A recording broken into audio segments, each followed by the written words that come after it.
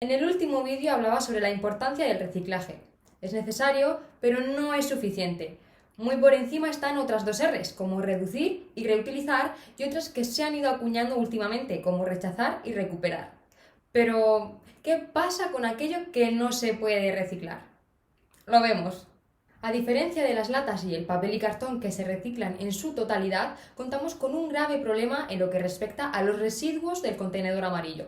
En 1988, la Society for Plastic Industry creó un sistema para la identificación de los distintos envases plásticos que sigue en vigor hoy en día. Se pueden encontrar 7 tipos: PET, PEA, PVC, PVD, PP y otros tipos de plásticos que no se sabe exactamente su composición.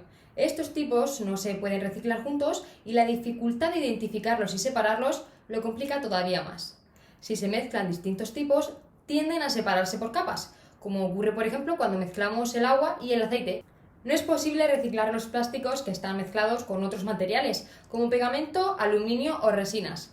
Tampoco es posible reciclar algunos plásticos de color porque sus pigmentos podrían dañar las máquinas. También es difícil reciclar los residuos plásticos que fueron degradados por el sol durante mucho tiempo porque pierden su calidad.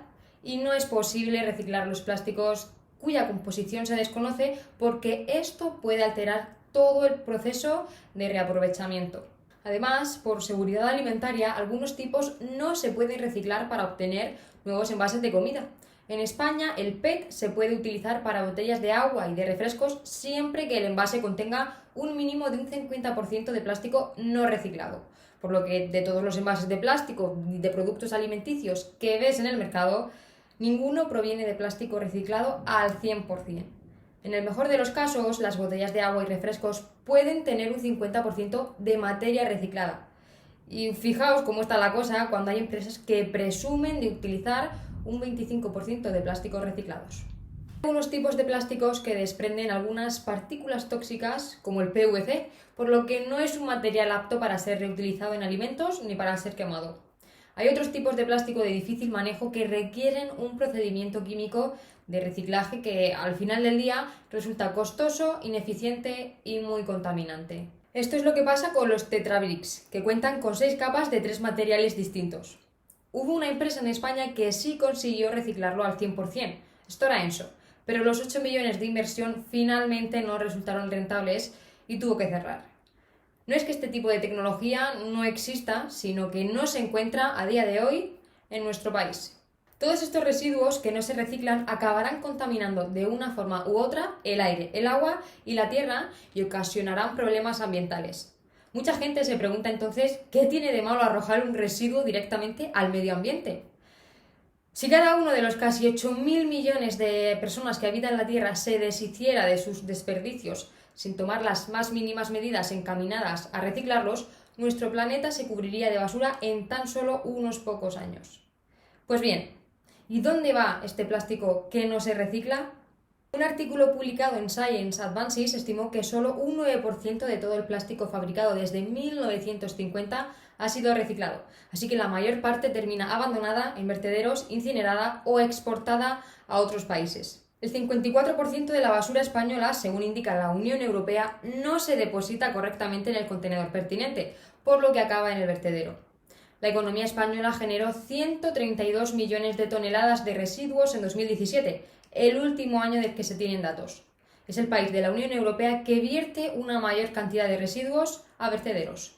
En torno a un 13% de nuestros desechos termina incinerado, lo cual entra dentro de la legalidad según el límite del 15% del Plan Estatal Marco sobre Gestión de Residuos.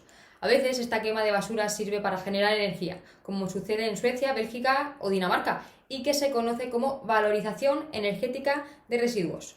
Las dos opciones, vertederos e incineración, tienen sus pros y sus contras, con impacto medioambiental en ambos casos. Los vertederos, por ejemplo, ocupan terreno y pueden contaminar el aire, el agua y el suelo, mientras que la incineración puede dar lugar a emisiones de contaminantes atmosféricos y en ningún caso se conserva la materia prima, como sí ocurre en el reciclaje.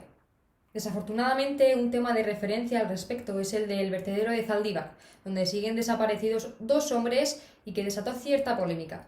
Según Ecologistas en Acción, en España, más que vertederos incontrolados, hay escombreras. O según Juan Antonio Conesa, catedrático de Ingeniería Química en la Universidad de Alicante, Si la combustión de lo que se ha producido en Zaldívar se hace en un espacio controlado, lo que sale del horno no es nada comparado con lo que pasó en ese vertedero. Además, y según reconoce la Federación Española de la Recuperación y el Reciclaje, hay un alto número de incendios en plantas de reciclaje que está provocando cancelaciones de seguros en las compañías que lo gestionan. En cuanto a los residuos exportados, China, Vietnam, Malasia y otros tantos países empobrecidos del sudeste asiático ya han cerrado sus puertas a los barcos que llegan cargados de plástico, especialmente los PET y PEAT, ya que es en estos países donde sí se cuenta con la tecnología necesaria. La mera acción de transportar las más de 11 millones de toneladas de desechos a través del planeta ya es enormemente contaminante de por sí. Y según datos también de la ONU, España es el 9º país del mundo que más desechos envía fuera de sus fronteras. Un gran porcentaje va a nuestros océanos, es decir, al hábitat y al organismo de los 100.000 mamíferos marinos que mueren cada año por esta contaminación. En resumidas cuentas, los vertederos, la incineración y el exportar nuestros residuos es mucho más rentable económicamente que el reciclar y el establecer políticas acordes.